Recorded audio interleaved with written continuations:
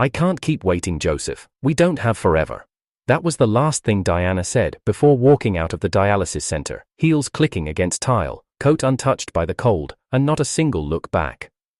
3 hours later, my nurse found me staring at the drip bag, the machine still humming, my blood looping back into my body like it didn't just betray me. When I met Diana, I had a strong back, full kidneys, and a plan. We were 25. I was working 2 jobs, day shifts at a repair shop and nights coding for whoever would pay. She was studying to be a pharmaceutical rep, said she wanted to help people. What she really wanted was to sell pills to the sick for commission, but I admired the way she believed in her own lies. We weren't perfect, but we were real. And when I got sick, when both my kidneys failed, she didn't leave. At least, not at first. Dialysis strips you slowly. You start with your job, then your weekends, then your sleep. Then it steals your pride. And somewhere in year 2, it starts stealing your love. I noticed the shift when she stopped asking how I was feeling and started asking how long it'd be until I was better. The doctors told us, 3 to 5 years, unless a donor came early. That was too long for Diana. But she didn't say that, not directly. She started saying things like, "We need a future, Joseph," or, "How can we raise a child like this?" As if I'd chosen to spend my 20s hooked to a machine. But I stayed silent. Every month, I charted my levels. Every week, I filed for new prescriptions. Every night, I looked at her and thought, just hold on a little longer. Then came the fundraiser. Diana suggested we go public. "You're not alone," she said, all glossy-eyed and gentle. "Let people help. Let's tell your story." She organized the campaign like a pro, had Janina, her college friend turned lifestyle blogger, write a viral post. Donations came in from strangers, but what Diana said next wasn't for the cameras. "It's our future too, Joseph. When you get better, you'll make more. This is just a start." She called it our future, but the money sat in a joint account that she controlled. "So I can manage the bills," she'd said. A few weeks later, she stopped coming with me to sessions. Said the clinic's smell made her nauseous. Then came the business trips. Every time she left, she came back with newer nails, newer shoes, newer ways to justify her distance. One day, while lying under the machine, I got a text from Janina. Just one line, "You should know who she's with in Bali." I didn't respond. I didn't need to, because 5 hours later, Diana returned, tan, glowing, laughing into her phone as she entered the apartment we once called ours. She paused only when she saw the packed suitcase by the door. "What's that?" "My dialysis schedule, printed and updated," I said, in case anyone here still pretends to care. Her lips curled. "Don't be dramatic." "I'm not. I'm just done waiting." "You're not even close to being better," she scoffed. "We've waited for years, Joseph. At some point, don't we both deserve to move on?" I stared at her for a long time. Not because I was shocked, but because her words were the last layer I needed to peel away from the idea of us. Diana was right. We don't have forever. But she'd forgotten one thing. I still had control over what happened with mine. I wasn't always the man lying in hospital gowns with tubes in his arms. Once, I was the guy people called dependable, the guy who showed up early to fix your car, stayed late to help a neighbor move, who cracked a joke just to keep a tense room from splitting. I had a routine, modest but fulfilling, a small rented apartment, a worn leather wallet, a list of goals I kept folded in my back pocket, and somewhere in the middle of that routine, I met Diana. She had one of those voices that made you stop mid-sentence, not because it was loud, but because it was intentional. Every word she spoke sounded like it had a destination. She knew how to look you dead in the eye and make you feel like whatever you were saying was the most interesting thing she'd heard all day, even if she forgot your name 5 minutes later. We met at a mutual friend's engagement party. She was standing alone by the balcony, swirling her wine, and I was just Joseph back then, a guy trying to network into a tech internship while changing oil during the day. She asked if I believed in fate or just timing. I told her both were probably just code for excuses. That made her laugh. From that moment, we were on a track neither of us slowed down long enough to inspect. She moved in 6 months later, and by the end of the first year, I proposed with a silver ring bought on monthly installments. She cried when she said yes. Looking back, I don't know if it was from love, or the idea of being loved. There's a difference, but you only learn that once it's too late. Diana was ambitious, not in the way people post about on LinkedIn, in the kind of way that makes you believe comfort is a crime. She wanted the upgraded apartment, the trip to Santorini, the perfect couple photos by the Christmas tree. She wanted the life people envied, not necessarily the one that made her happy. And I tried. God, I tried. I worked extra shifts. I learned to cook things with names I couldn't pronounce. I sold my first website to a local boutique for half what it was worth just to afford the curtains she liked. And when she finally landed her job as a pharmaceutical sales rep, we celebrated by blowing our savings on a weekend getaway we couldn't afford. But Diana said memories mattered more than money. Funny how people who say that always have someone else paying the bill. Then came the diagnosis. It started with fatigue, nausea, and headaches. The kind of symptoms you Google and immediately regret. The doctor didn't sugarcoat it. Both kidneys are declining fast. Genetic, they said. One of those invisible storms that builds in silence. I'd need dialysis, maybe for years, maybe forever, unless someone donated, but the waiting list was a monster, and donors were unicorns. When I told Diana, she didn't cry. She blinked once, then started pacing, asked a lot of questions, demanded second opinions, Googled things aggressively. I mistook that for love, but she wasn't grieving, she was calculating. The first few months, she was present, took me to appointments, bought me expensive protein shakes, told everyone how strong I was, as if repeating it could make it true. But that phase passed. Care turned into routine, routine turned into resentment. Her gaze started drifting, not to another man yet, but to another life, one without blood draws and beeping machines, and that's when she started saying it. We don't have forever. At first it was said like a plea, then it became a warning. Eventually, it sounded like an ultimatum. In those moments, I hated myself for understanding her. I knew I wasn't the man she met anymore. I wasn't energetic, I wasn't romantic. I had no spontaneous surprises left in me. I was tired, my body was exhausted, my mind was doing all it could just to keep some hope flickering. But I was still Joseph. And Joseph had built this life with her. From scratched-up plates to rented one-bedroom units to credit card debt. We high-fived over when we cleared. Every detail in our home had a memory behind it, like the chipped teapot she dropped while we danced in the kitchen, or the burn mark on the couch from the time I tried to propose with sparklers. Stupid, perfect. None of that meant anything anymore. I started seeing the change when Janina, her friend from college, started coming around more. Janina was everything Diana pretended not to want to be, soft-spoken, minimal makeup, fond of long silences and herbal teas. She came by once during a dialysis session when Diana couldn't make it. She brought sandwiches and books, sat beside me, read me passages from a novel she loved as a girl. I didn't realize how long it had been since someone just stayed. Janina never said anything bad about Diana, but her silences did, the way she bit her lip when I said Diana hadn't been around much. The way her eyes watered just slightly when she handed me soup and saw the shaking in my hands. One evening, while I rested on the couch post-session, Janina stood up to leave. Then hesitated. She said, "You know, Joseph, love isn't about waiting for someone to be healthy, it's about staying when they aren't." Then she walked out. That sentence stayed with me longer than any of Diana's promises ever had. Around that time, Diana became a stranger who slept in my bed.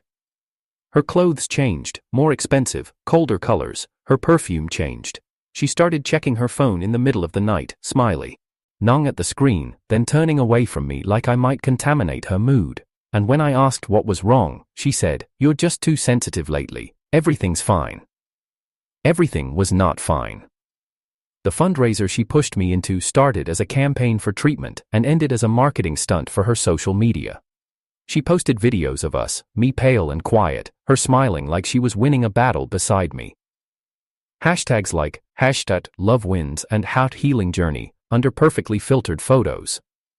The likes poured in. So did the sympathy. But sympathy doesn't fill a syringe. I noticed money disappearing. Not fast, just subtly. New skincare sets. Unfamiliar jewelry. A spa retreat she said was sponsored. She never brought me receipts.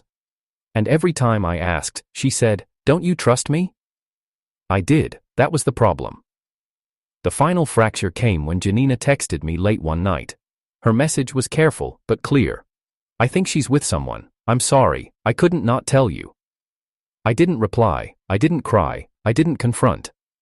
I waited. A week later, Diana walked into the apartment after one of her trips, same confident posture, same smug glow. I was sitting on the couch, folder in my lap. "What's that?" she asked. "A change," I said. "A legal one." She squinted. "What do you mean?" "My will, my accounts, my medical power of attorney, all the stuff that matters now." She laughed. "You're joking." I didn't smile. She stepped forward. "Joseph, come on, you're not dying." "No," I said, "but I'm done pretending this is marriage." I handed her the papers and stood. "You said we can't wait forever, so I'm not. And the next time you tell someone how we fought through everything, make sure you remember the part where you walked out while I was still hooked to a machine." She stared at me like I was the one betraying her. "You disinherit me?" she whispered. I nodded. She didn't cry. She turned and walked into the bedroom, slammed the door. And just like that, Joseph, the man she once promised to wait for, disappeared from her future. The first real crack wasn't the fundraiser, it wasn't the spa retreats or the online flirting. It was the bank alert that lit up my phone like a flare in the night. A sudden withdrawal, 300,000, gone in one transaction. No explanation, no heads up, just a line of numbers that made the room tilt around me. I was still tethered to the dialysis machine, arm numb, but I reached for my phone with my free hand and opened our shared account. The balance mocked me. Whatever we'd saved from donations, Diana's commissions, and the little I contributed from freelance coding, it was vanishing, and I hadn't even seen the benefit of a single rupee. No new medication, no priority donor fee, no upgraded nutrition plan. Diana came home late that night, fresh blowout, new earrings, laughed into her phone outside the door before walking in. I sat on the couch, screen still open. She kissed the air near my cheek, then noticed my expression. "What?" she asked. Her voice was casual, guarded. "You want to tell me where the money went?" She blinked. "What money?" I held up the screen. She squinted, then scoffed. "God, Joseph, you're really tracking expenses while strapped to a machine?" "Someone has to," I said quietly. "It's being used, okay? Some for marketing the campaign, some for my travel. I've been trying to build connections for faster treatment options." "Spa connections?" I asked. She froze. My voice stayed even. "You think I haven't seen the photos? Janina sent me links. You're tagged in places you never mentioned. You're not scouting doctors, Diana. You're sipping cocktails in hotel robes." "You have no idea what I've been dealing with," she snapped, voice rising. "Every single day I'm drowning in pity from people who think I'm some saint for staying. Do you know what that feels like?" I read. "Staying?" She flinched. "You say that like it's a punishment." Diana's jaw tightened. "It's been 3 years, Joseph. 3 years of cancelled plans, hospital visits, talking about urine output like it's the weather. You don't get to judge me for needing space." "I'm not judging you," I said. "I'm divorcing you." She laughed once, sharp and dry. "You don't mean that." "I do. The paperwork been notarized. It's ready to file." Her smile vanished. "So that's it? After everything I've endured beside you?" "Endured," I repeated. "You didn't endure anything. I did. You just filmed it for likes." She slapped me, not hard, but enough. Enough to draw a line we couldn't cross back over. "I've given up everything for you," she hissed. "My youth, my plans, my career trajectory." "You gave up nothing," I said. "You postponed. You diversified your portfolio. And when it started costing too much, you began hedging your bets. I was just another investment that wasn't yielding." She stepped back. Her face was pale. "You're unbelievable." "No," I said. "I'm awake now." 2 days later, she packed a bag and left without saying goodbye. I expected silence, but what followed was worse. Noise. Public noise. She started posting again. Her captions changed tone. From "love is patient" to "you can't pour from an empty cup." From "supporting my partner through chronic illness" to "sometimes you have to choose yourself." People applauded. Her comments were filled with sympathy. "You're so brave, Diana. You've done more than enough. Time to heal. Anyone would be lucky to have you." She didn't mention my name, but she didn't need to. I became a cautionary tale wrapped in aesthetic filters. Then came John. A week later, Diana posted a photo, her hand in someone else's, bracelets clinking. The caption read, "When you finally stop waiting for someone to change." Janina saw it before I did. She came over with a trembling phone in her hand. "You okay?" I wasn't. I scrolled through his profile. John, clean-shaven, entrepreneurial, probably a gym rat judging by the sleeveless selfies. A man who looked like the kind of future Diana had been craving while I was being kept alive by borrowed time. He was a client, Janina said quietly. She met him at a company dinner months ago. I thought she'd snap out of it. She did, I said, just not the way you hoped. The next week, I got served. Not divorce papers, a formal claim. Diana wanted compensation for the years she spent as my caretaker. She cited emotional distress, career interruption, and public scrutiny. She wanted $2.5 million of the remaining fundraiser donations. I brought the papers to my lawyer. He read them, looked up, and said, "Is she serious?" "She's Diana," I said. We filed a counterclaim immediately: malicious misrepresentation, financial abuse, and willful misappropriation of medical funds. That same week, Janina gave me a USB. "I don't want to get involved," she said, "but I also can't stand seeing you treated like this." The files were screen recordings, voice notes, and WhatsApp messages. Diana bragging about fund money, calling me a brand waiting to be flipped, joking about selling struggle as a lifestyle. There were messages between her and John discussing future property plans, trips, investment in a spa retreat, with my recovery money. "I want him gone," she texted. "I can't do this until the dialysis ends, but once it does, I'm out." That was dated a month before she said, "We don't have forever." I brought it to my attorney. "This changes everything," he said. We froze the joint account, launched an audit, served her papers on the same day she posted a story about taking time for emotional rebirth. She didn't see it coming, called me in a rage that night. "You bastard, how could you betray me like this?" "You taught me," I said. "I learned from the best." Then I hung up. The next day, John called me. "I don't know what you think you're doing," he said, "but Diana's been through hell. She doesn't deserve this." I stayed quiet. "She believed in you," he continued, "even when you gave her nothing." I let him talk. "She told me everything. How you were cold, controlling, how you guilt-tripped her with your illness." "She told you I was dying," I interrupted. "And you believed her. That's on you." He scoffed. "You're pathetic." "No," I said, "I'm patient. There's a difference." And then I leaked it. The recordings, the messages, the financial trail. Not to tabloids, to donors. Quietly, directly. With proof that the woman they supported had used the money to finance spa getaways, relationship retreats, and luxury purchases, none of which had anything to do with dialysis. Diana's image shattered like cheap glass. Overnight, sponsors pulled out, her PR team dropped her pinned video on fighting beside your partner was flagged for misinformation. Comments exploded with rage, disappointment, and threats. Some tagged John, some found his gym. They weren't kind. I didn't post once, didn't say a word. Because when you've lived on dialysis, you learn the value of stillness. That week, I received a message from Janina. "She's panicking, says she's being ruined." "She ruined herself," I replied. 2 days later, Diana showed up at my building. Thin, makeupless, hands shaking. She asked to come in. I let her. She sat on the edge of the couch, like it might collapse under the weight of what she'd done. "You destroyed me," she whispered. "No," I said, "you traded me. I just handed the receipt to the right people." Tears formed but didn't fall. "You loved me once." "I did," I said. "I loved you while you were planning to leave me." She looked around the apartment we used to share. Her eyes fell on the spot where we once celebrated my first clean report, where I cried, where she kissed my forehead and said she'd never walk away. "You're really going through with this?" she asked. "Yes." "And the inheritance?" "It's already rewritten," I said. "You get nothing." She flinched like I slapped her. I stood. "Diana, you said we can't wait forever. You're right, I didn't wait. I moved on, without you." And she did the one thing she'd never done before. She begged. But I wasn't Joseph the patient anymore. I was Joseph the punished, and I was done. There's a specific kind of silence that only exists after betrayal.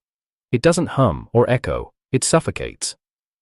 I sat alone in the apartment, hours after Diana left in tears, and the walls felt unfamiliar. This place that once held shared dreams and cheap laughter now smelled like antiseptic and fake promises. I looked around at the photos still hanging on the wall, at the coat rack still holding her favorite trench. I should have thrown it all out. Instead, I just sat, still, unblinking, like maybe if I didn't move, the pain would forget to reach me, but it found me, every time. There's no medication for the grief of being discarded. Everyone talks about how hard dialysis is on the body, no one talks about what it does to your spirit.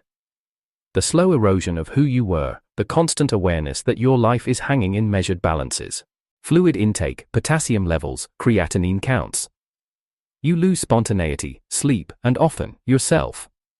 Diana used to call me strong. She used to press her fingers to my wrist after each treatment and whisper that I was her miracle. Then one day, she stopped touching me entirely. She said she didn't want to disturb the wires. But it wasn't the wires, it was what I represented: weakness, inconvenience, and delay. After the scandal broke, I expected anger. From Diana, from John, from strangers online. What I didn't expect was confusion, from within. Because for a long time, I still missed her. I missed the way she used to tuck a towel behind my neck during early treatments. I missed her terrible cooking. I missed how she always made me buy the exact same candles, even when we were broke. I missed the version of her I thought was real, and that made me hate myself more. What kind of man misses the person who buried him? I started second-guessing everything, every memory, every moment. Was any of it ever real? Did she ever love me, or was I just a project with emotional appeal, something she could showcase, a man made soft by tragedy, worthy of attention, good for a following? I wanted to stop caring, but even when someone betrays you, your heart doesn't get the memo right away. Mine kept replaying her laughter, her promises, the way she once wrapped her arms around me in the middle of the night and whispered, "Don't die on me." And now, she was begging not to be erased from a will. I started dreaming of scenarios that never happened, her coming back sincerely, apologizing, wanting to try again, me saying no, me saying yes, me saying nothing and letting her figure it out too late. It was pathetic, I know, but that's what heartbreak does. It doesn't break clean, it fractures quietly, in a million places, and you don't know where it hurts most until something touches it. Janina became the only person who dared to ask me how I was really doing. "You look like you haven't slept," she said one day, setting down a tray of tea. "Have you even eaten?" I shrugged. "Food tastes like metal lately." "Joseph." "I'm fine," I said. "Stop saying that." She didn't say it cruelly. She said it like someone who knew what lies people told when they were tired of being honest. "You keep pretending this didn't kill you," she said. "But it did, maybe not your body, but the part of you that still wanted to believe people meant what they said when they swore to stay." I looked down at my hands, calloused, cold, and trembling even when the room was still. It's not that I miss her, it's that I miss not knowing what she was capable of. Janina blinked slowly. "You're grieving the lie." I nodded. Outside, it started raining, soft at first, then relentless. For a moment, I remembered Diana's voice the night she said, "We don't have forever." The way she stood with her purse already on her shoulder, the way she didn't look back, the way she'd probably already decided before she ever said it. The rage was quiet now, it had burned itself out. What was left wasn't forgiveness, it was fatigue. People don't realize how exhausting it is to survive betrayal. You spend every day questioning not just what the other person did, but why you didn't see it sooner. Why didn't you leave? Why do you convince yourself to stay long enough for them to finish the damage, and then you wonder, who are you now? I used to think I was Joseph the builder, Joseph the provider, Joseph the husband. Now I was Joseph the leftover. The man who was supposed to be pitied, the man who Diana stepped over. The man John probably laughed about over drinks, right before the scandal flipped their world upside down. But that wasn't the whole truth. I was also Joseph the survivor. The man who lived through dialysis, a ruined engagement, public betrayal, legal war, and still woke up every day. That had to mean something, right? Maybe not to the world, but to me. And yet, sometimes, when the night was too quiet and the pain too sharp, I still wondered, what if none of it had happened? What if I'd never gotten sick? Would Diana have stayed? Would we have made it? Would there be a child in this home, a laughter-filled dinner, a life that didn't include betrayal and IV tubes? Or did my sickness just bring out who she really was? That question haunted me more than any of the others, because if this illness revealed her, then everything before it was just shadow play. One afternoon, I pulled out an old notebook, the one where I used to write goals. Launch tech startup. Buy Diana a red car. Save for our first house. I stared at the list. None of it had come true. I crossed out every line, one by one, except one. The last line said, live a life that feels honest, even if it hurts. That one, I underlined. Because for the first time in years, even through the fog of everything I'd lost, I wasn't pretending anymore. There was no fake strength, no forced optimism, no manufactured version of love. There was only the truth, and grief, and the slow, brutal work of healing. But at least it was real. 2 weeks passed. The noise around Diana's scandal began to die down, replaced by newer online dramas. Her social media went dark, no new photos, no stories. But I didn't feel peace. Silence from someone like her wasn't safety, it was preparation. I could feel her planning something, I just didn't know what. Not yet. Then Janina showed up again, this time looking more shaken than usual. I just got a call, she said, from the hospital. My stomach dropped. What happened? They need you to come in, she said slowly. Something about your medical documents. It sounded urgent. I hadn't changed hospitals, hadn't requested anything new. The only person who had access to my files was Diana. My chest went tight. We arrived within the hour. A staff member escorted us to a back office. He introduced himself as the internal ethics auditor. Mr. Joseph, he said cautiously, we received a donor match request under your name, processed by your spouse 3 days ago. Ex-spouse, I corrected. He blinked. Then, she shouldn't have had access. She shouldn't have anything, I said. The man hesitated, then pulled up a form on his tablet. There's a signed consent here. It authorizes an early-stage experimental transplant procedure, relocating you as a candidate under secondary donor status. I stared at the screen. My signature was on it, my name, even my initials. But I had never seen this document before in my life. My voice was ice. That's not my signature. Janina leaned forward. You're saying someone forged medical consent? The man nodded slowly. We're running an internal investigation. We've already paused everything related to your file. But I felt you deserved to know. I couldn't breathe, not because of fear, but because of how precise it was. Diana had faked my medical consent to reroute my eligibility, which meant one thing: she was trying to block my transplant status, or reroute it, to someone else. I looked at Janina. She already knew. John, she whispered. We left immediately. I didn't go home. I went straight to a lawyer. Within hours, we had the paperwork. We requested an official subpoena of the hospital access logs and confirmed exactly what we feared. Diana had used my medical ID number to file a third-party access request, posing as my caregiver. She had gone in during the day I was sedated from treatment, used my partial signature from an old form as a reference. The hospital hadn't caught it. Because who would assume your own wife would try to disqualify you? It was quiet as the lawyer printed copies for evidence. Why would she do this? Janina finally asked. I knew the answer. She was trying to qualify John. The lawyer looked up. I found out he's sick, I said. Kidney condition, same as mine, but not as advanced yet. They probably needed priority status. Diana didn't have the same profile, so she used mine. She thought if she could reroute my donor queue, or delay my eligibility, she could push him up the list. Janina's hand flew to her mouth. She risked your life, she said softly. She already did that the day she walked away, I replied. We filed a criminal complaint the next morning. That night, I received a message request, from a name I didn't recognize, but when I opened it, I knew, it was John. The message said, "You think this helps you, you just dragged her down with you. She didn't do it out of malice, she did it because she thought you'd give up eventually. She was just trying to give someone else a chance." I stared at the screen, my fingers didn't move. Then he sent another message. "She's going to lose everything, and for what? You got to play the victim again. You win. Happy now?" I didn't respond. But I saved every screenshot. 2 days later, Diana showed up at my building again. This time, she wasn't glamorous. She looked like someone trying to outrun everything she once admired about herself. No makeup, hair unwashed, a coat that didn't fit. Her voice cracked before she even said hello. "I didn't know it would go this far," she said.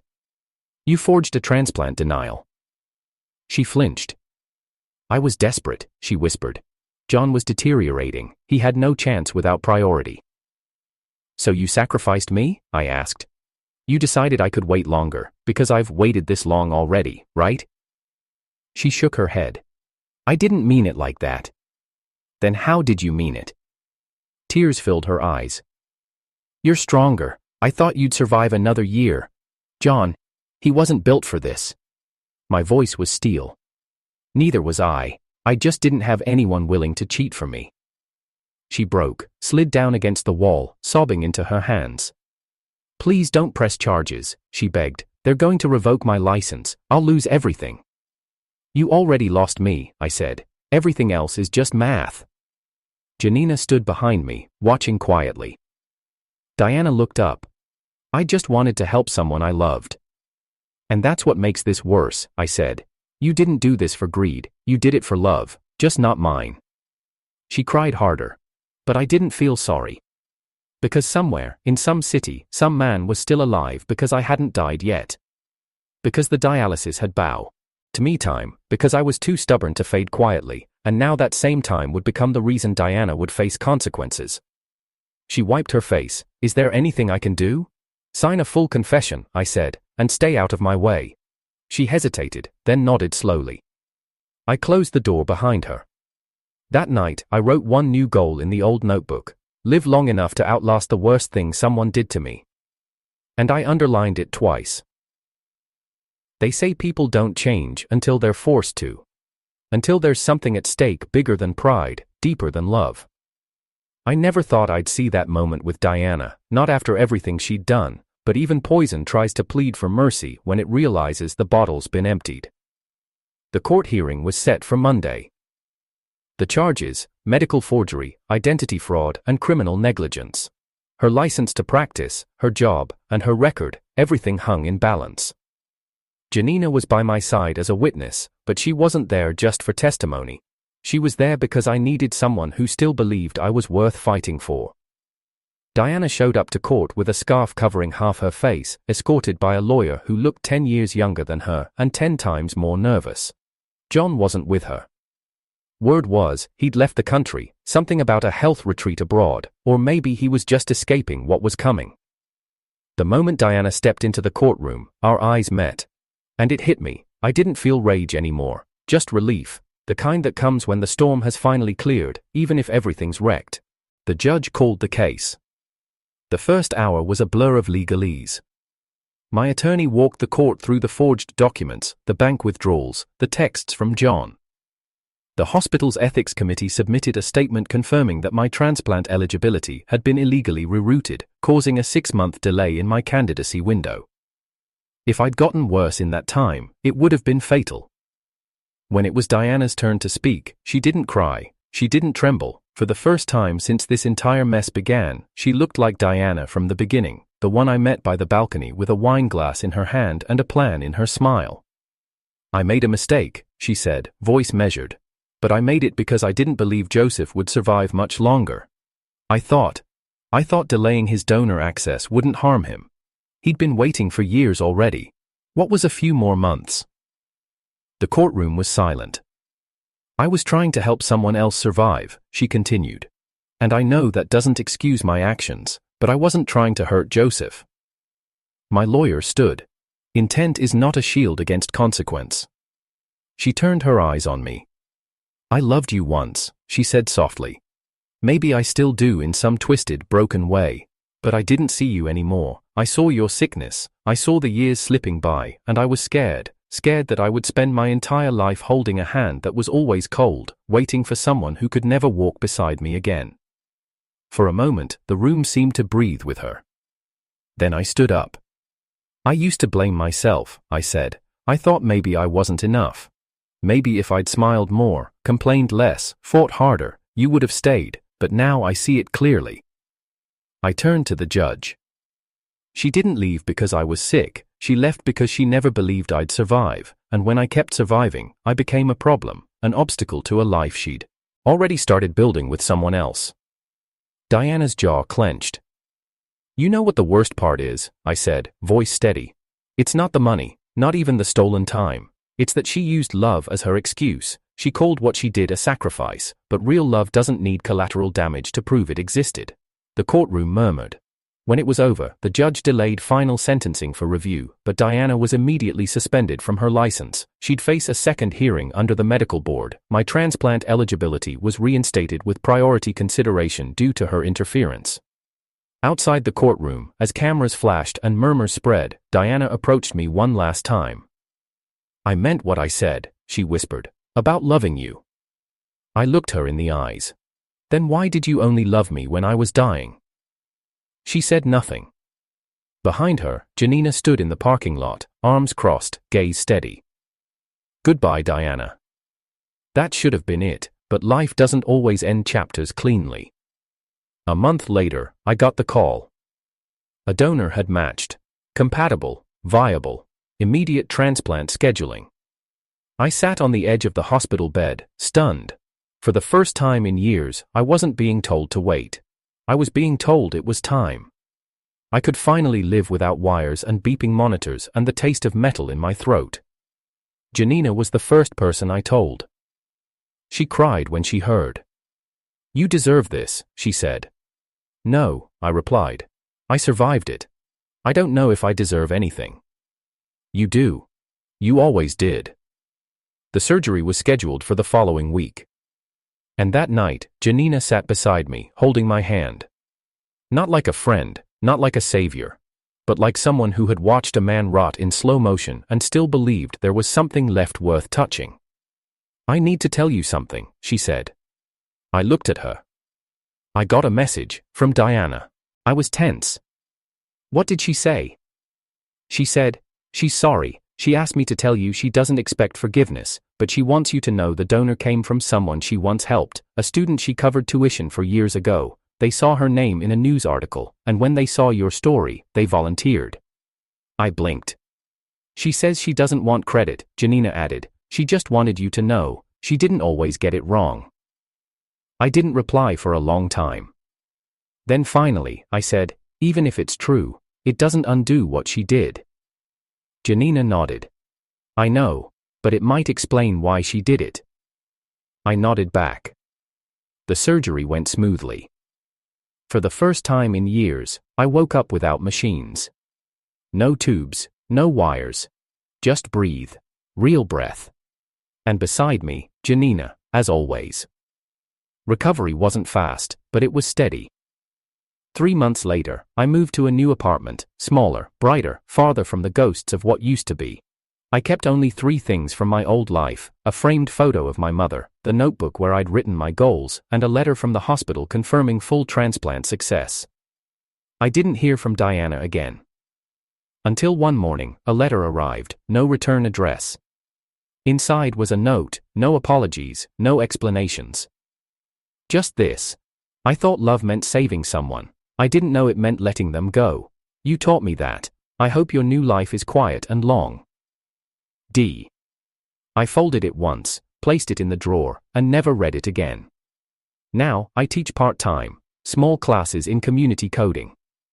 I eat what I want, I sleep when I want, I smile more than I used to.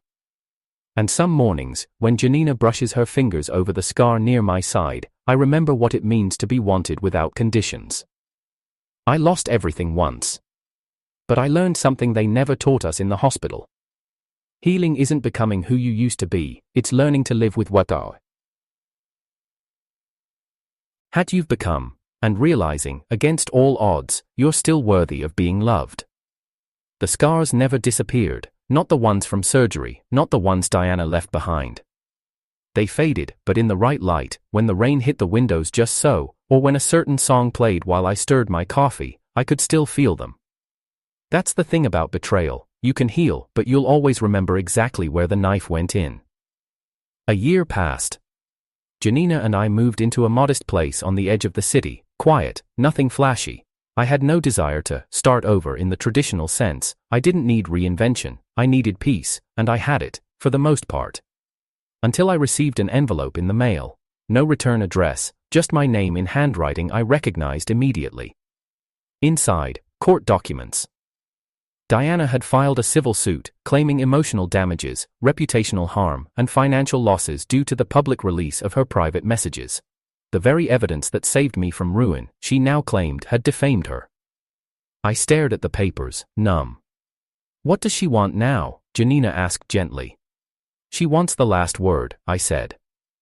Diana wasn't just trying to salvage her image, she was trying to rewrite the ending. The court date was set 2 months out.